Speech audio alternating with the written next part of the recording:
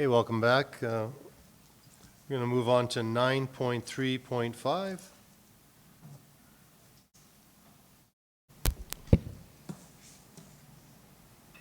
Okay.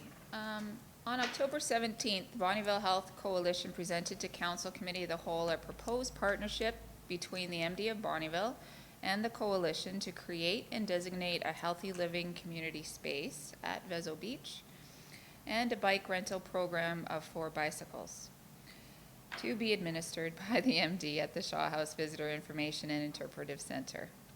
2 picnic tables for the community space have been purchased by the Coalition through our MD commemorative bench program for installation in the potential new community space. Administration is bringing this delegation request back to Council for consideration. Please note that should Council approve the bike rental program partnership, it is likely that this small fleet size may be inadequate if the program proves to be popular. Therefore, it may lead to the creation of additional costs in the future for an expanded summer recreation rental program through the VIC. Attached for Council's reference is the material presented by the Coalition on October 17th. Reference to our strategic plan is this refers back to goal number 1, building a prosperous and sustainable community. Costs and source of funding associated with this partnership and with the creation of a community space, a physical community space at Vezo Beach is 0 at this time. Our communication strategy is that if either or both requests are approved by Council, Communications will coordinate with the Bonnyville Health Coalition on joint public communications through our website and social media to promote these initiatives. Administration's recommended action is that Council approves the request from the Bonnyville Health Coalition for their installation of a community space area at the MD Vezo Beach Park, and furthermore accepts the Coalition's bike rental program proposal as information.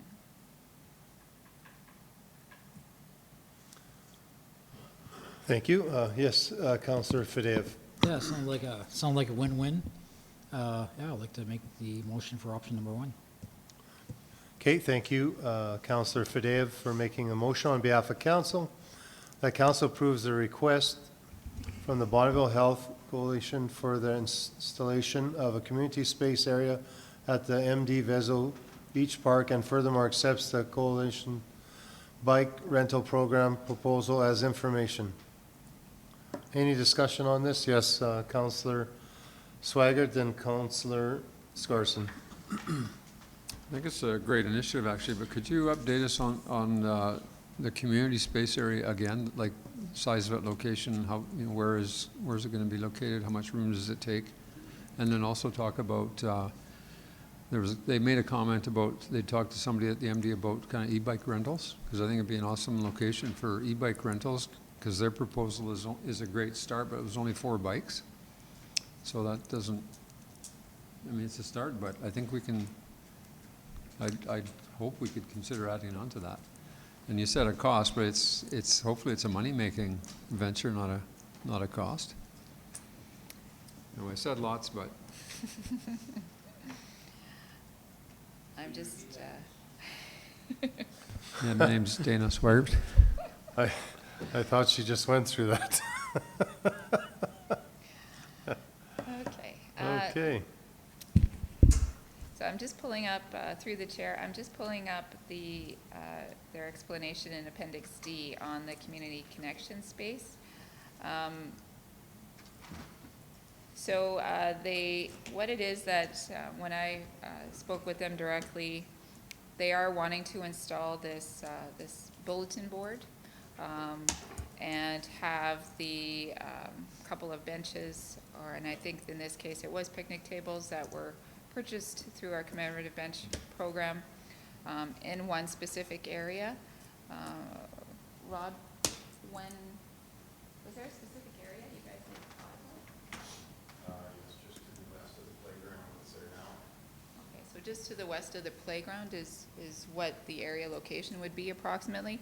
How large it would be pretty much the couple of tables and the bulletin board. Their idea or their hope is that this will become a bit of a location for different active living. It's kind of like a staging spot, and then to go forward and utilize the trail system and the green space and promote more active living within those subdivisions around Moose Lake. The cost associated with that part specifically to us is zero, as we are already maintaining the space and the green space. They will be maintaining the content on the bulletin board and be coordinating with our VIC staff as to when they want to utilize the space or if they want to do anything more formal into the future, which is why our recommended action is that we move forward with that specific community space area. We did put in just to request, accept the bike rental program as information, only because there is a little bit of operational involvement on that if we do choose to create a rental program of sorts at the VIC, and there is that potential for additional costs in the future. However, that's totally up to council. They are 4 bikes. They are technically free at this point, and we could create a program around that as well. Okay, thank you. Any other discussion? Yes, go ahead, Councilor. Well, you can let Oh, him go sorry. first. Mr. Scarson. It was with an S. Yeah, so you might have just answered it right at the end. So basically, I guess what is this program going forward is going to end up that we start buying all this stuff, or like these guys are buying it? Through the Reeve, they are purchasing these bikes, 100%. Yeah, but there's more mention of like like this one sign and the table, like they'll have a price tag on them. So is that like what is going forward? I guess are we committed to anything else besides just the space right now?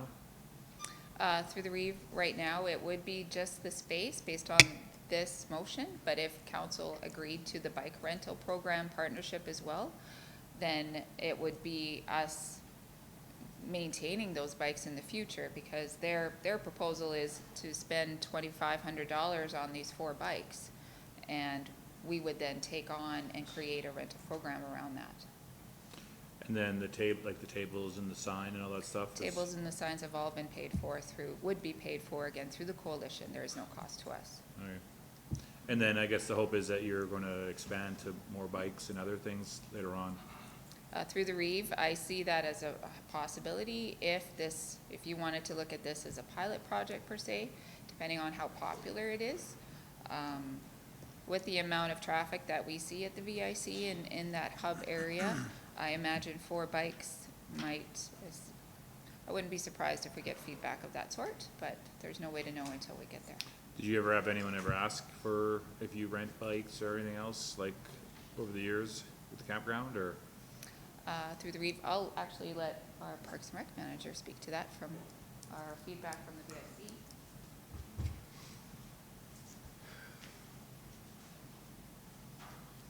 Morning, Council. Morning.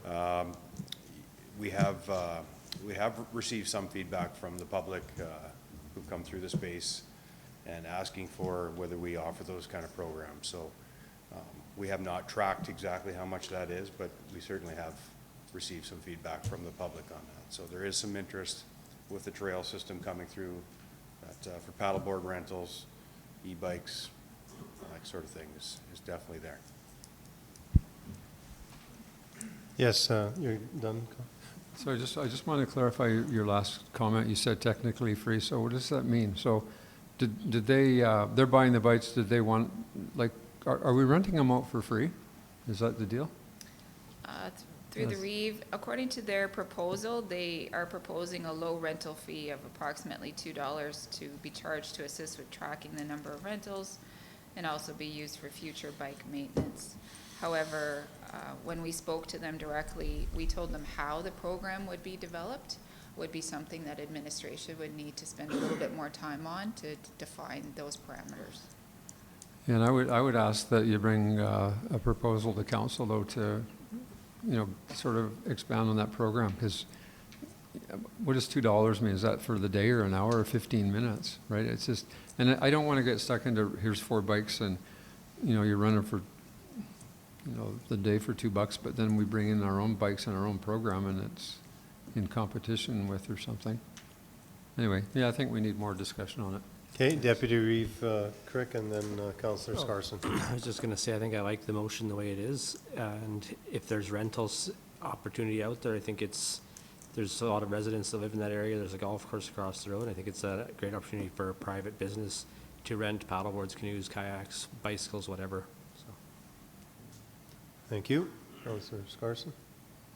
I was just gonna mention that, yeah, just the $2 for bikes seems awfully cheap. I know that I was in Montreal this summer and I paid $15 for an hour for a bicycle to run around the city, so, if you're gonna do something like that, you have to at least try to break even, I would guess, right? So, anyways, yeah, that's just a comment. Thank you. Sorry, Councillor Fadeo. Yeah, I think this is theirs, their idea, let them go with it. I mean, we can recommend that to, the rental is awfully cheap. I mean, they did get a $20,000 grant, so, which is great, but, yeah, maintenance on these bikes is not cheap, so, if one of the gears goes, I mean, gearing alone, to get it all redone, you're looking at $300 to $500 per bike, right? So, I think it's a good testing program, and let's see what they can do. Just through the read, one last thing, just to clarify, the motion stands right now as only approving the community space, not the bike rental program. Okay. Yes, Thank Mr. you, Mr. Hogan. Reeve, members of the council. My fear is the unintended consequences are we moving into a sphere that would be better managed by the private sector? If there is enough business that is out there around the lake that somebody would like to have a rental bike program, it would be very difficult for them to get started if we had something. And secondly, I always worry, but will this mushroom and grow into something that becomes large? I would be personally, the space issue, absolutely 100% behind that. But getting too involved in the bike program, I would rather that we rent space to a private entrepreneur who wanted a bike rental program, as opposed to us getting involved in the rental program, because then we're going to be talking potentially in 3 to 5 years, more staff, maintenance, more capital expense on bicycles, probably another area to store bicycles in. And I could see this if it was popular. And I believe that the private sector has the capability of providing those rentals.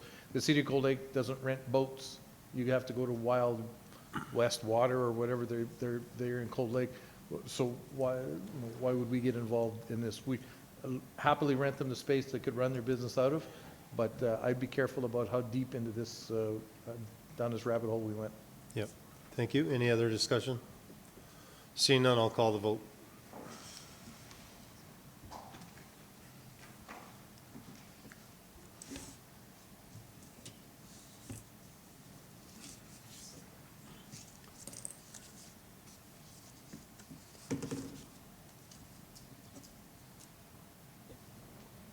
Yes, go ahead. And it's called Wicked Water Sports, not the Wild West, but we're close.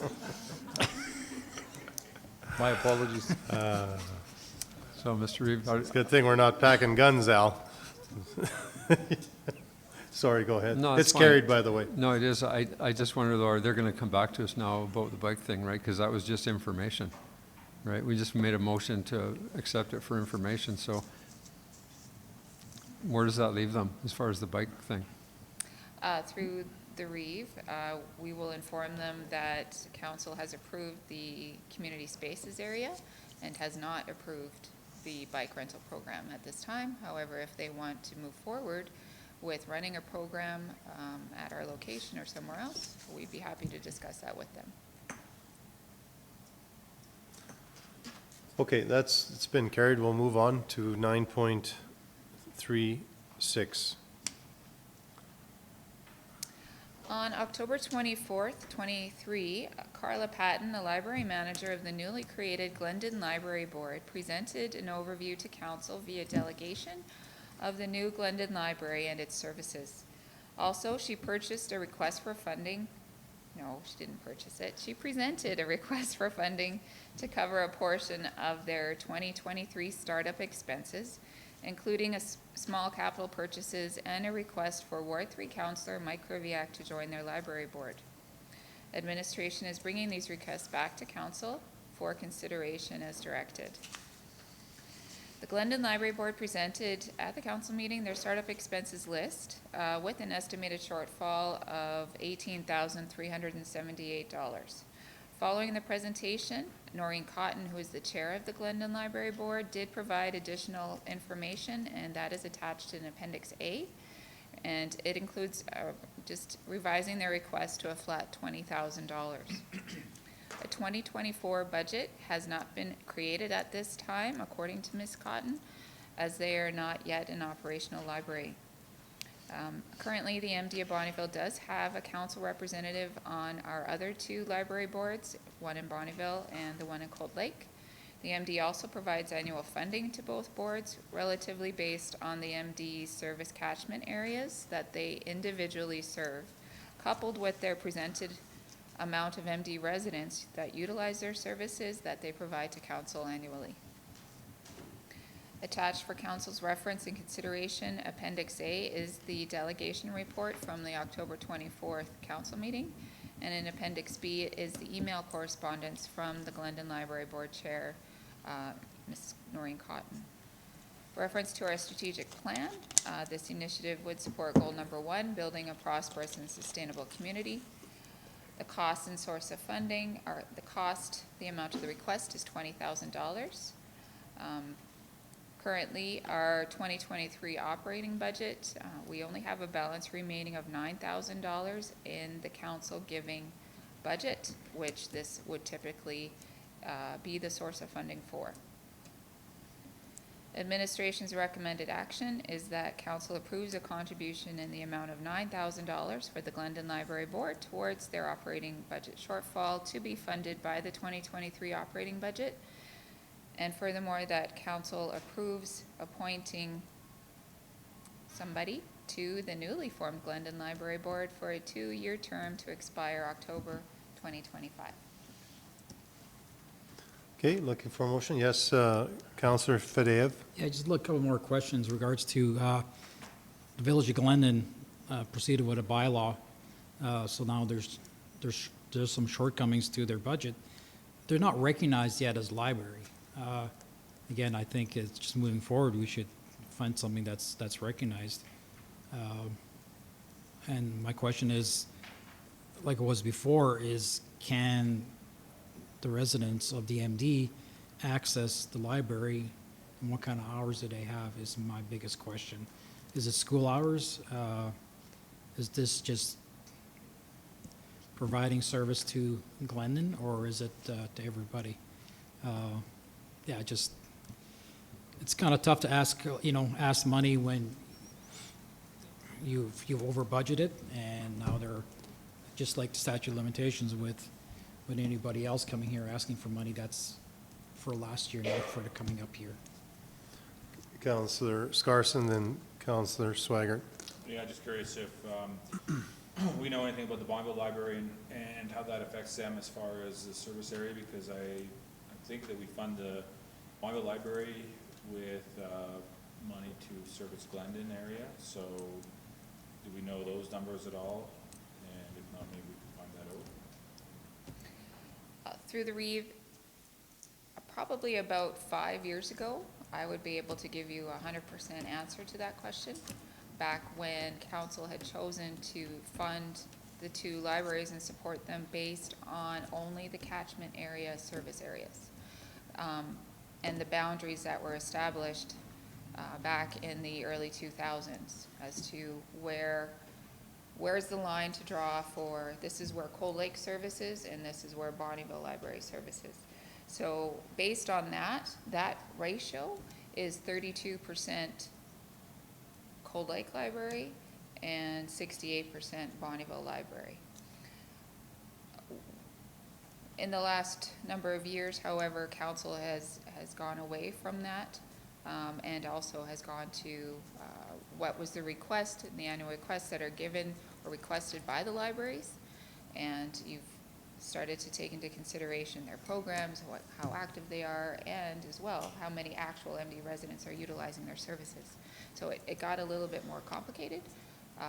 However,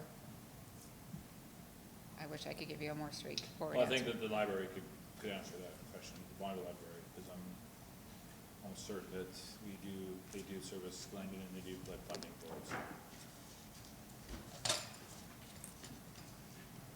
Speaking with Mrs. Cotton, she did say that next year, once they do have a 2024 operating budget put together, they will be coming to council requesting similar operating funding comparable to what we provide both Bonneville and Cold Lake. Yeah, well, my point is that if we're funding Bonneville to service Glendon, and then they no longer service in Glendon, do we need to fund Bonneville that same amount, right? Question. Probably not.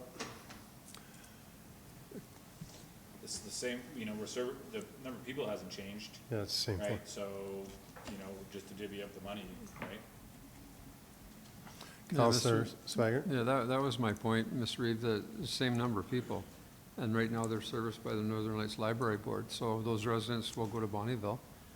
So somebody has the numbers already. I'm not sure if we need to give them more money. They would just take money that's already allocated to the town of Bonneville or into that area. It would just now go to Glendon. So I'm just thinking before we give more money, maybe we should get Northern Lights Library Board to tell us how many people are in that catchment area around Glendon that would use that library instead of going to Bonneville. It makes sense to me. Nothing's changed. Mr. Members Council, I think the question really is, with the Glendon Library Board starting a new library and only so much money to go around, is this an increase in service to your residents, or is this a decrease in service to your residents? You take money away from the Bonneville Library to funnel towards Glendon without adding additional funding. Have you increased the service to your residents, or would those same residents or have we decreased service by decreasing the Bonneville Library's ability to stay up to date? So I think that's really the question: is does this increase your residents' service, or does this actually dilute it from people who would have normally come to Bonneville, and now Bonneville will be short or won't have as much funding coming in from the MD? Mr. Reeve? Yes. Yeah, and there's the flip to that, though, so all the Glendon residents, they don't have to drive to Bonneville anymore, right? Because they can go to Glendon. So it's kind of it's a tricky one, but I don't think we have the information yet. Yeah, Mr. Reeve. Yes. Thank you. Yeah, you won't be increasing or decreasing the level of service, just that the people who were going to Bonneville before would be going to the Glendon Library Board. The people to the west of Glendon and also partway east would be going to Glendon, but the level of service would be the same, except if we divvy up the money, then of course Bonneville would get less money if some of that would go to Glendon. So I'm not sure how that would work or what. Yes, Counselor Fedeb. Yeah, my question is the hours of operation. I mean, are they closed at 4 o'clock when the school closes, or are they open till 7? So people can access, when people are working, it's tough for them to access during school hours. Just a thought.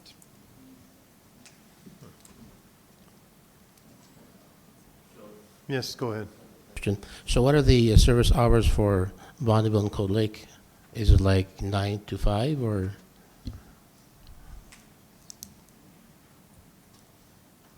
Yeah, I couldn't answer that.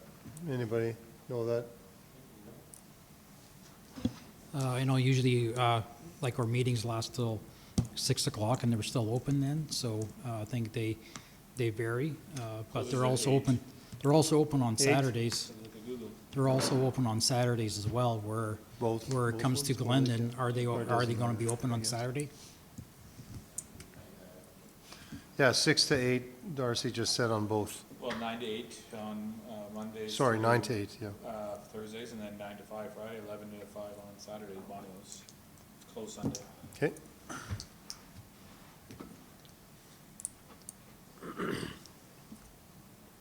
Do we need to make a motion to table this or something until later on to get more information, or? Not really a I motion. just had a making, question. Why is it like it's two parts? If it didn't pass because of the 9,000, we still have a half of a motion that appoints Councillor Kraviak. Or if they don't get the funding, they don't need Counselor Kraviak, or how does that? No, I'm just asking. Through the Reeve, they didn't, they had two requests. They didn't say one was dependent on the other, but I imagine that there would be that certain level of expectation. Okay. Just to add to the discussion, Robin was able to find a recent post from the Glendon Community Library just last week. Their library hours are as follows: Monday, Wednesday, Thursday, Friday, 10 a.m. to 2 p.m., and Tuesdays, 10 a.m. to 1 p.m.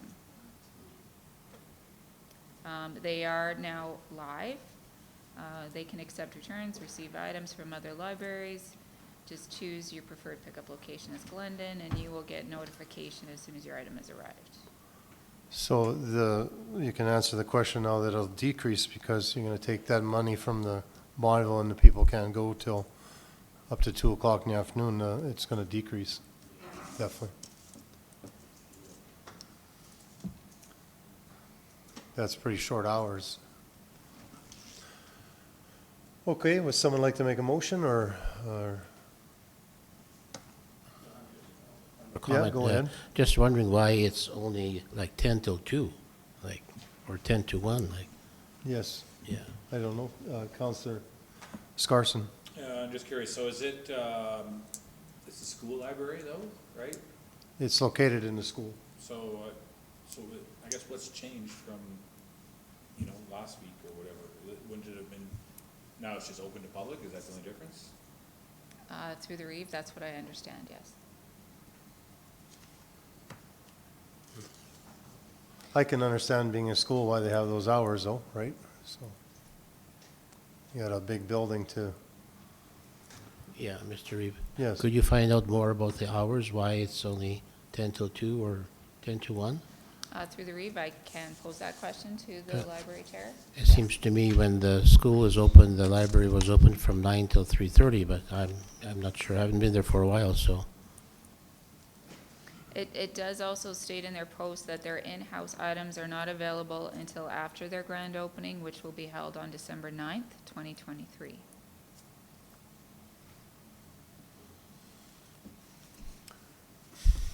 This is like like Counselor Fidei said, it's not even a library board yet. It's gotta be changing though, like they've got adult learning classes and senior, like that all can't happen within Yeah. a 2-hour window Yeah. every day, right? Like cooking class, sewing classes, I mean, hey? Quick classes. Yeah, maybe. Maybe that was. So what do you guys want to do with this? Make a motion or table this, or what do you guys want to do? Well, I would like to know what would change from it being the school library? Are we just now paying the librarians' wages as opposed to the school division, right? Or is it just the fact that it's open to the public on those hours where it was not before? So not enough information, I gather.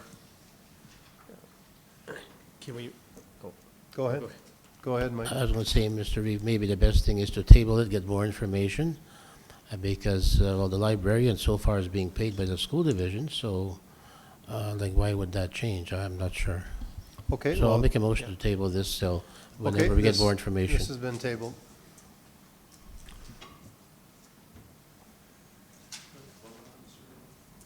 I don't think so. Do we Once need a it's date? tabled, you vote on that? Yes, that's a Yes. motion, it's a motion to table. And if we could also get a date, it's table 2 or sine die. Probably next council meeting. Next council meeting? Okay, so that would be what? December, November 28th? 28th. of yeah, November 28th, okay. All right, I'll call for the vote then.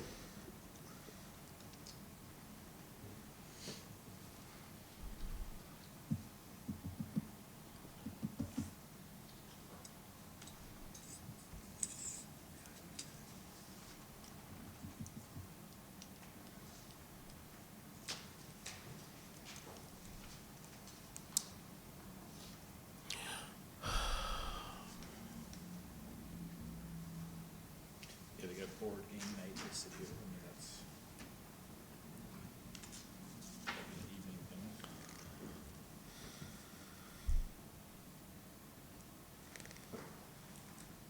Okay, thank you, that's carried. Thank you, Mr.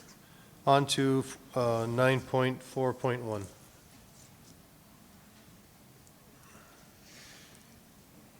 You guys want to hear from him right now, or put him at the end of the meeting? Later? Okay. I've never been tabled before saying anything. Table it to the next Good meeting. afternoon, Mr. Vespalco. Good afternoon, Council. Good afternoon. The first RFD today from us, from Tax and Assessment, is Public Auction 2023-2024 Public Auction Conditions. Council is required to set the sale conditions prior to the property tax public auction. The public auction conditions are required to be set earlier than the reserve bids to meet the requirements of advertising the public auction in the King's Printer Gazette. The conditions are as follows. GST will be added to all successful bids. A deposit of 10% of the successful bid, payable in cash, certified check, bank draft, or money order must be received by 4:30 p.m. on the day of the sale. The balance of the purchase price shall be paid on or before Friday of the week following the public auction.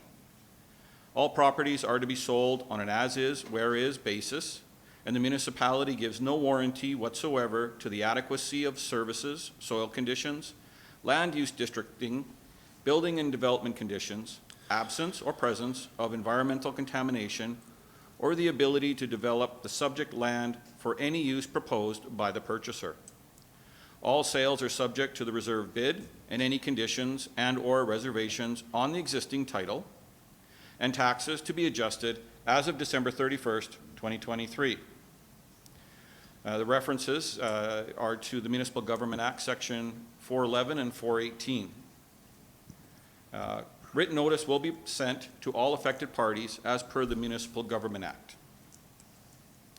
Administration recommends that Council approves the proposed sale conditions for the public auction of lands on tax arrears list as presented. Council options are: 1, that Council approves the proposed sale conditions for the public auction of land on the tax arrears list as presented. 2, that Council denies the proposed sale conditions for public auction of lands on the tax arrears list as presented. 3, that Council directs administration to bring back additional information regarding the sale conditions for the public auction of lands on the tax arrears list to a future meeting of Council as discussed. Thank you. Just looking for a motion? Yeah. Okay, thank you, Deputy Reeve Crick, for making a motion on behalf of council that council approves the proposed sale conditions for public auctions of lands on the tax arrears list as presented. Any discussion on this, gentlemen? Seeing none, I'll call for the vote.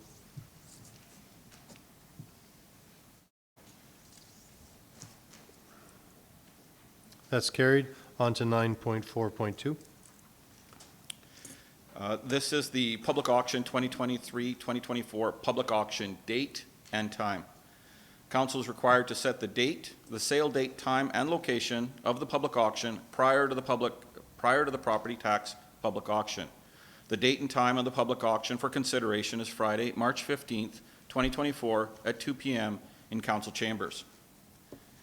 The 2022 property tax arrears list originally started with 94 properties. However, as of October 17th, 2023, there are only 46 properties remaining on the list and thereby subject to the 2024 public auction. The date, time, and location are required to be set earlier than the reserve bids to meet the Municipal Government Act requirements of advertising the public auction in the King's Printer Gazette. References to legislation, the Municipal Government Act, Section 411 and 418. Communication strategy, written notice will be sent to all affected parties as per the Municipal Government Act. Administration recommended actions. That council approves the date, time, and location for the public auction of lands on the tax arrears list to be held on Friday, March 15th, 2024 at 2 p.m. in council chambers. Council options. 1, that council approves the date, time, and location for the public auction of lands on the tax arrears list to be held on Friday, March 15th, 2024 at 2 p.m. in council chambers. 2, that council approves the date, time, and location for the public auction of lands on the tax arrears list to be held on with date, time, and location to be defined by council. 3, the council directs administration to bring back additional information on scheduling the public auction of lands on the tax arrears list to a future meeting of council as discussed. Thank you. Just looking for a motion, gentlemen? Yes, thank you. No, You got a comment? I'm just curious, 46 seems like a lot. Is that a typical number? Through the reeve to all of council, yeah, about this time, we still have quite a few people that are on the arrears list. We expect, based on the 46 that we currently see, we haven't had any direction that it could be somebody who is completely unable to pay. We don't have any companies that are in receivership or anything like that. So the number is typical for roughly this time prior to the public auction. Many who may not be able to afford it will still have an opportunity for entering into a 3-year tax agreement to be able to have their property moved off to the side and have a tax payment plan to get all arrears So paid off. typically you can get most of these taken care of. Through the reeve to all of council, yeah. Tina in taxes does a really good job trying to work with everybody to find some win-win solutions, yeah. And just lastly, you don't have to give me exact numbers, but would you say, percentage of what are vacant lands compared to any with houses, or? Through the chair to all of council, no, I don't have those stats in front of me.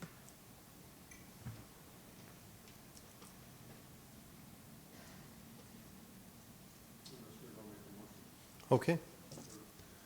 Thank you, Councillor Swaggart, for making a motion on behalf of council.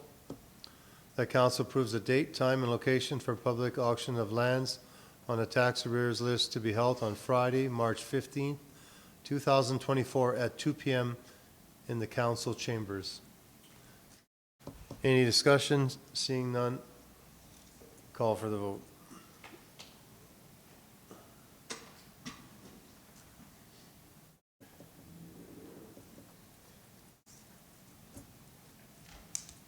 Thank you, sir. Thank you. On to 9.5.1.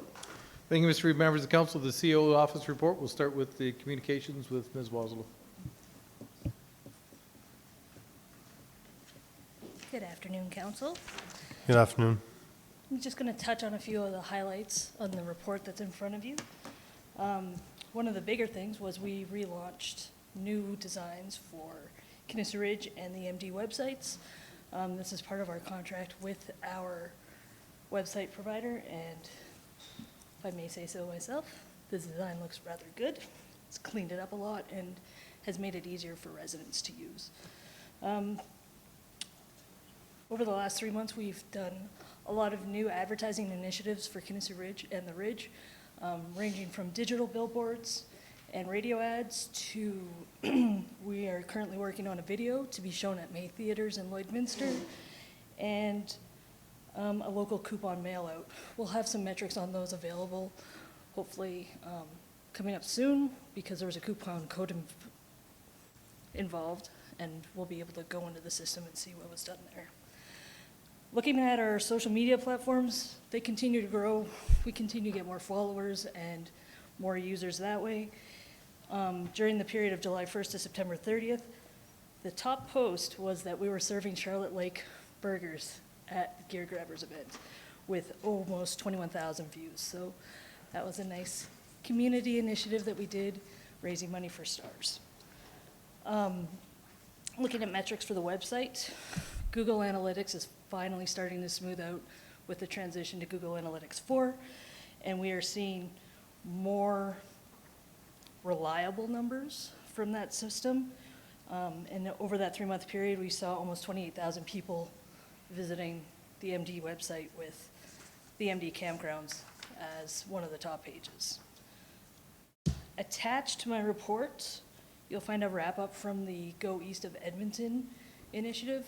It's for their summer programs, which included the road trip game.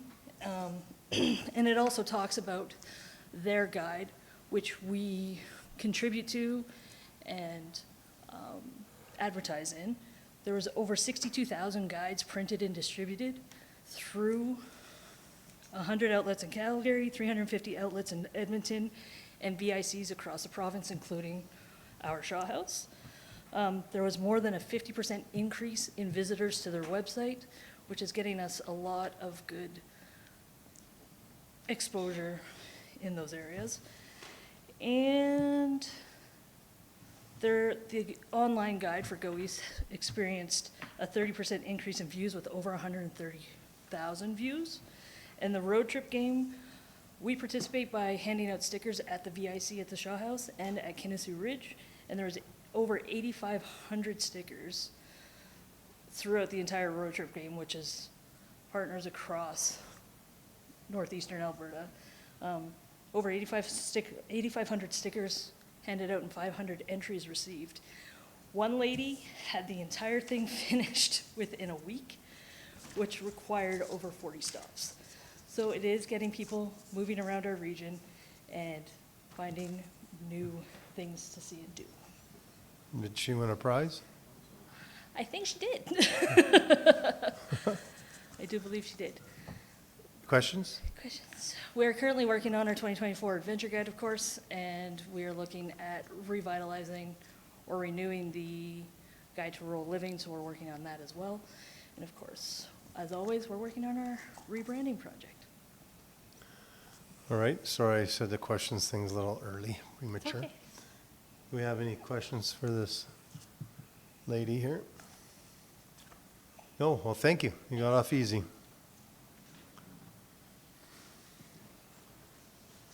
Who's next?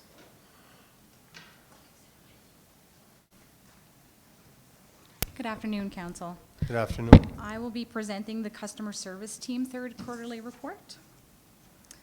As you can see here, we received approximately 8,300 calls during the last quarter, and on average, the calls were about 1 minute and 24 seconds. As for our customer service cash receipting batches, we saw a significant increase in the third quarter. The reason for this would have been people coming in to do payments on their taxes, utilities, and also any of the rental programs that were going on, because all of these batches are processed through our front counter staff. As for the waste card distribution and registration, during the third quarter, we registered 26 people from Cold Lake to the landfill, and also 652 for Ardmore, along with 222 cell phone apps. Lastly, during the third quarter, we had an organizational structure change where customer service is now reporting under the CAO's office. We saw a tax payment deadline. We assisted council in raising $3,191 for STARS. That was during the Gear Grabbers we had the food truck set up. We organized a field trip for Ashland Gymnastics. That was for approximately 10 students to come in, and we had some equipment outside for them to look at, and also they came in and viewed council chambers. We also organized a staffed year-end barbecue. Are there any questions? Don't let her get off that easy, guys. Thank All you. right, thank you, Robin.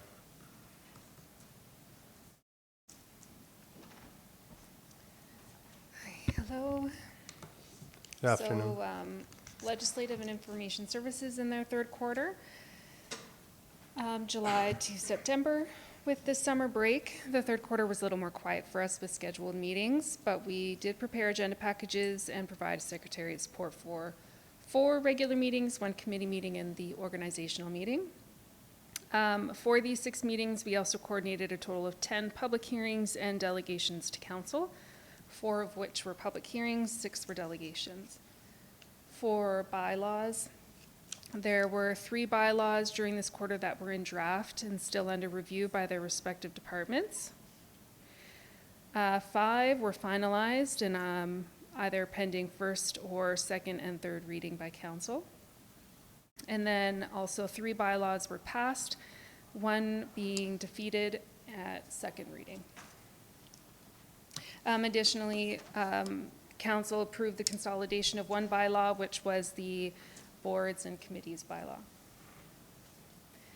Under policies, there were 4 new, and sorry, it should be 25 policies in draft and under review or pending presentation to council, 4 being new policies and 21 existing policies under review. Council passed 1 new policy and 3 amending policies and approved rescinding 1. And then at the end of the third quarter, there were still 3 policies pending review by administration. Also, over the third quarter, we welcomed records management to our department. And in preparation for the 2023 organizational meeting, we started the advertising process for the member-at-large positions that were due for renewal, being the Bonnyville Sioux 2 Board and the Rural Policing Committee, and then managed those incoming applications. And then additionally, we also managed the advertising application process for the new member-at-large position for the Regional Sports Tourism Committee. And that's it for us. Any questions?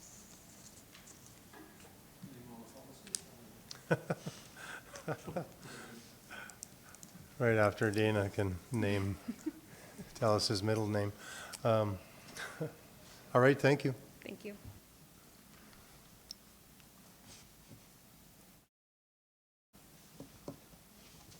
Right, just looking for a motion, I guess.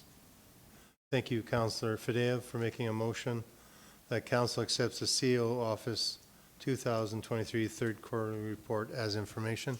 Any discussion on this? Seeing none, I'll call for the vote.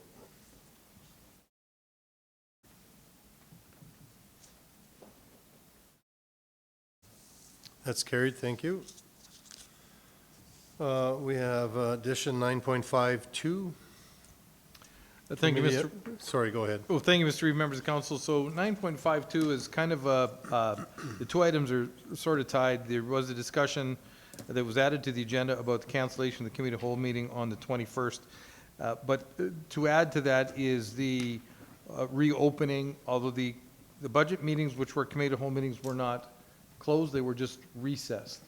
And it would be our recommendation to reopen the committee of the whole on Thursday, the 16th, and cancel the 21st committee of the whole meeting. The question will likely be raised as to why don't we just, if we have such a light agenda, why don't we do budget on the 21st? This is a particularly busy time of year for the finance department, and as many days in advance as they can get on the finalization of the budget would be better. Waiting until the 21st, I don't know if council would see a draft budget on the 28th if that was the case, or a draft final revised draft budget, whichever way we wanted to call it. So we're recommending that we reopen the committee of the whole meeting for budget on Thursday the 16th, and as a result cancel, with only 1 item on the agenda, cancel the committee of the whole meeting for the 21st. Just a quick question out to council. Can everybody make it on the 16th? I won't be here, so, but I got faith in you guys, so. Anyone else? Judging from where we were, I would expect it to be a half a day, would be my expectation. What's that? So we have 2 of the, that's why we canceled it last time. We had 2 of the.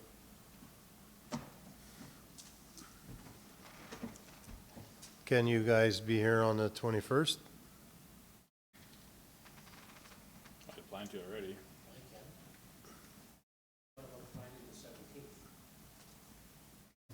Friday the 17th won't work for administration. We had 2 of the 5 last time not attend, and we shut the budget. Is that correct? Or we had 3? Yeah, it's pretty tough to make decisions for 2 other guys.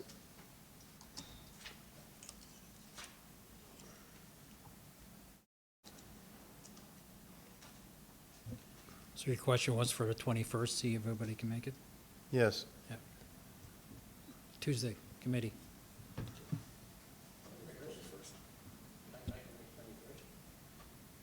Sounds like everybody can make the 21st then, so I guess. How about yourself, Donnie, and everyone? Okay. Well, I'm sorry, administration. I guess we have to go with the 21st. Oh, thank you. Okay. Thank you.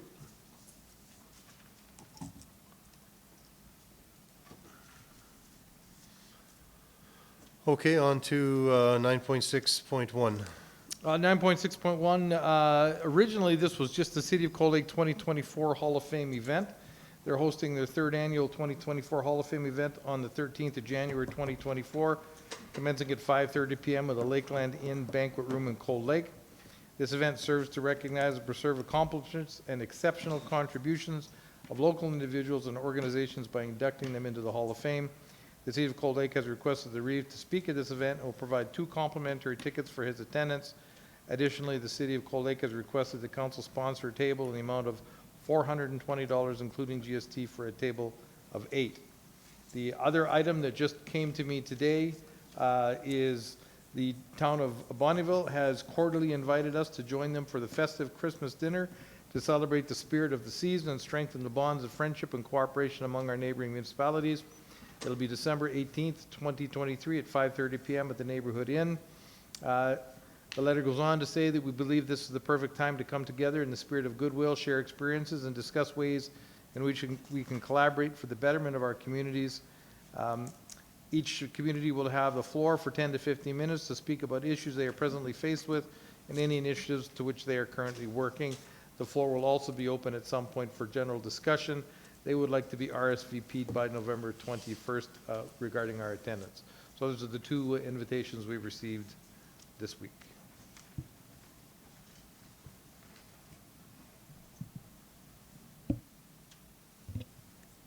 Yes, Yeah, I think with the Hall of Fame, we've always gone to it, and I think it'd be good to go again and make a motion to get a table of 8 for that.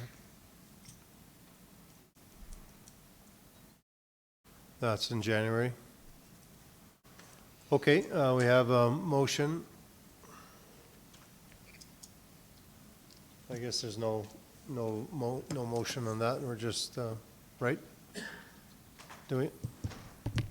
If council wants to approve attendance to the Town of Bonnyville event, we can add it to the motion that's in the report. It's almost like 2 different things though, isn't it? No? Do we need a motion to have 8 tables though? We would need a motion for sure approving the purchase of the sponsorship if that's what you choose to do. Okay, Councillor Fediev, how would you like to word that? Just exactly how it is there? That council If sponsors we're the doing- table? Yeah, if we're doing 2 separate ones, then I guess we can add that, or, I don't know, I mean, I'm okay I with think they this. should be separate because Okay. they, Sounds good, well, option number 1. unless I'm you, sorry, are you talking about 2 separate motions for each event? Right. well, they're 2 different events, aren't they? Yes. Or am I confused here? Correct. We would just modify it that the council approves invitations as follows and then lists them separately. If you want to do them separately, we can do that as well, though. It's up to you. Well, whatever's easier for you guys, that's fine. We can keep, is that all right with you, Councillor Fediev, Yep. what's written up there? All right, we'll go with that motion then. All right, thank you, Councillor Fediev, for making a motion on behalf of council. The council approves myself to attend and speak at the City of Cold Lake 2024 Hall of Fame event to be held on January 13th, 2024, commencing at 5:30 p.m. And furthermore, that council approves the purchase of tables for 8 for the event in the amount of $420 per table to be funded from the 2024 Council Public Relations budget. Any discussion on this motion? Sorry, Mr. How many tables are we purchasing? 1 or 2 or? Just 1 table. Yeah, sorry, 1 table for 8, so, yeah, I didn't say that, apologize.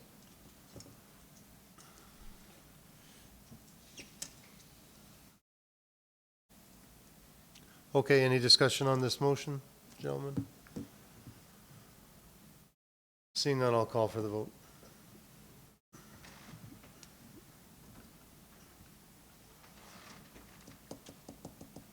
That's carried.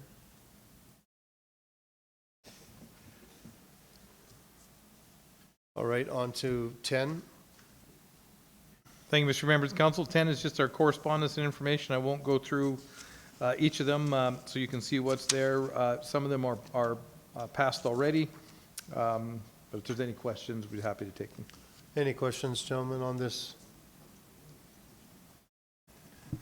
Okay, seeing none, I'll just look for a motion to approve. Yes, Counselor Swaggart? I'll make that motion. Thank you, Counselor Swaggart, for making the motion on behalf of council, that council accepts the following correspondence as information, 1 through 8. Any discussion on this motion? Seeing none, I'll call for the vote.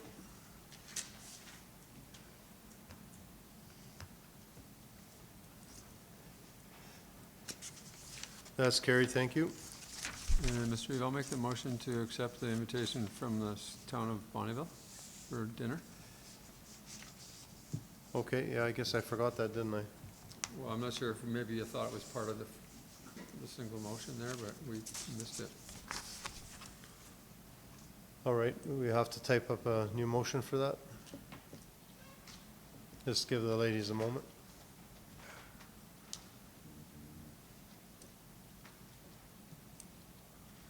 When's the last time we did one of those in Coal Lake? First, was that last, or the 2 years ago? Last year, okay. So I take it Bonneville's hosting, kind of thing?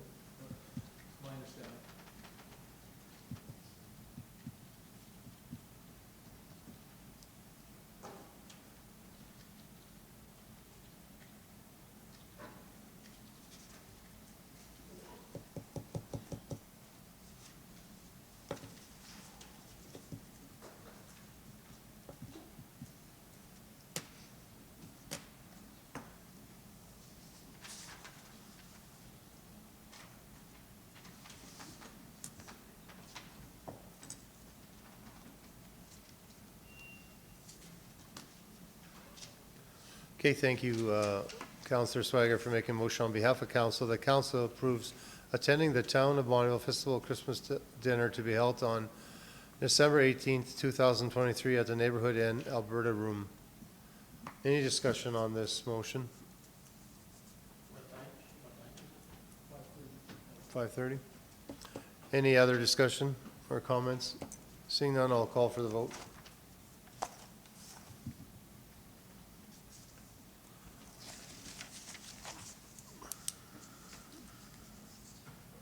That is carried. We're just looking for reports from members of council. Whoever wants to start, go ahead. I would start. I have nothing to report because I just had Yep, committed the whole budget in RMA, so I had no committee meetings. right on. Anyone else? I had no committee meetings, but the RMA was very interesting. I talked with lots of other councillors and stuff from other areas, how they're all affected by inflation and everything as well, their budgets. They're having talked with their budgets, just thought I'd bring that up, that's it. The only, oh, Go ahead. you skip me or? No, I just waiting, I didn't say in order, but it looks like it's going in order, isn't it? You can fire me if you want. It's Nope. fine. Well, one I had, and I had I had made some notes, but I forgot it in my truck, so anyways, I'll go off memory. It was the BRFA meeting, the chiefs meeting, which was good. It was good to meet everyone and kind of hear from each station about some of the things they're dealing with and whatnot, so, and I guess, my first new meeting would be next week with the BRFA, so looking forward to that. I hope I represent well. Yeah, I was at the chief officers meeting as well. I did receive some physical threats, but I won't go into detail anymore on that. The 31st, we had a council workshop. The first to third was the budget. And then 6th to 9th, we were at RMA. I did get a chance to ask Joseph Schau, the Minister of Sport and Tourism, about opening the lakes. And I've talked to Minister Todd Lowen a couple times already about getting the lakes opened up so we can keep more fish out of them, as it's hurting our tourism industry in the area. And a lot of local people are going to Saskatchewan to do their fishing because they can't keep the fish out of the lakes here. I did get a chance to talk to Minister Devin Dreeshen, the Transportation Minister, about Highway 28, about the twinning of Highway 28. And he said they're currently mapping out economic corridors in the province, and that's where that's at. And then we had our meeting with the Deputy Premier to try and address rural crime. And it sounds like it's more of a federal, the problem stemming from a federal issue with our Liberal government. And then there's at the Remembrance Day service in Cold Lake, and kind of a funny story there. There's the 4 people that march out for the cenotaph, and they stand perfectly still, holding their gun there the entire time. And so they're standing probably for about an hour and a little bit, and then everybody laid the wreaths in the middle of them, and they're all still standing still. And the one gentleman, sorry, stand up today. His phone starts ringing in his pocket, and he's trying to hold his gun fairly still and reach in his pocket, and he can't. And finally, gets in his pocket and pulls the phone out, and then he had gloves on. He still couldn't shut it off. He finally shuts it off and threw it across the room. So if anyone goes to those things, just remember to turn your phone off or leave it in the vehicle. But Fired the Navy guy. yeah, I'm not sure what the uniform was. I think it was Navy. Okay. Don't worry, But I'll it- let him know about it after, I'm sure. I'm sure he'll get a hard time with that for a long time. But it was a very good service.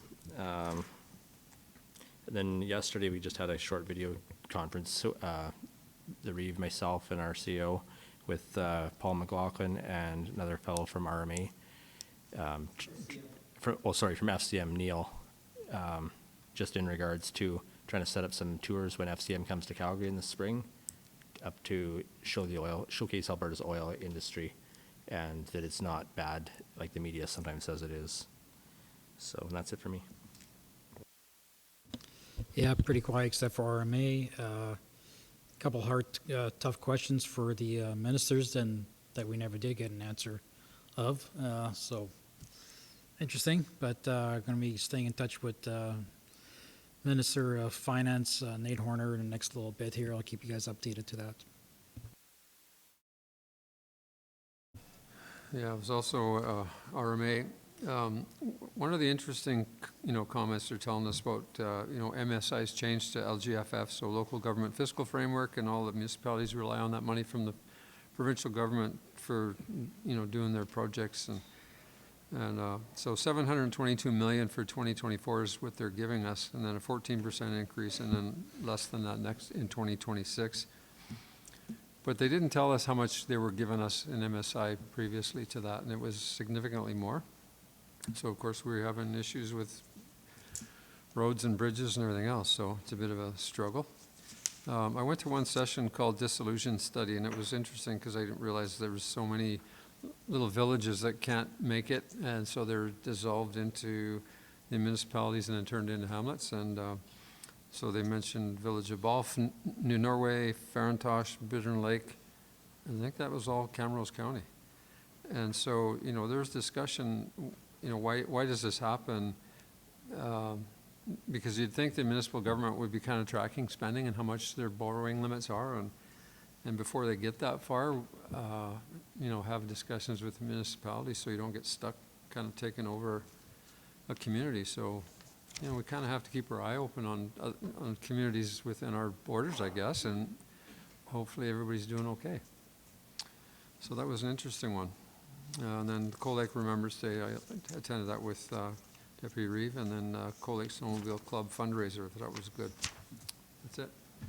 Councillor Scarson. I had a question for Councillor Crick there. Did maybe the pathways come up as far with, they'd probably be interested in getting people up there to kind of see what they got going on from the east, right? So hopefully you guys are talking to those guys as well.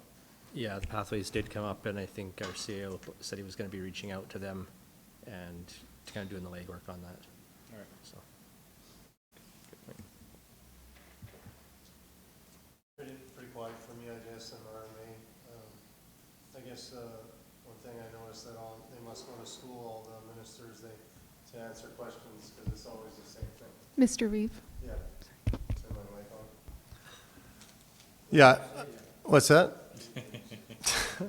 It's always the same answer. They'll shove you off, and some young guy's going to come up and or a young gal or young guy going to go take a notepad and write your name down. Nothing ever gets answered. Anyway, very, shouldn't say that, but that's how I feel. Anyway, good. I need a motion to go in closed session. Yes, thank you, Councillor Kraviak. I'll call for the vote. I'm gonna get in trouble someday.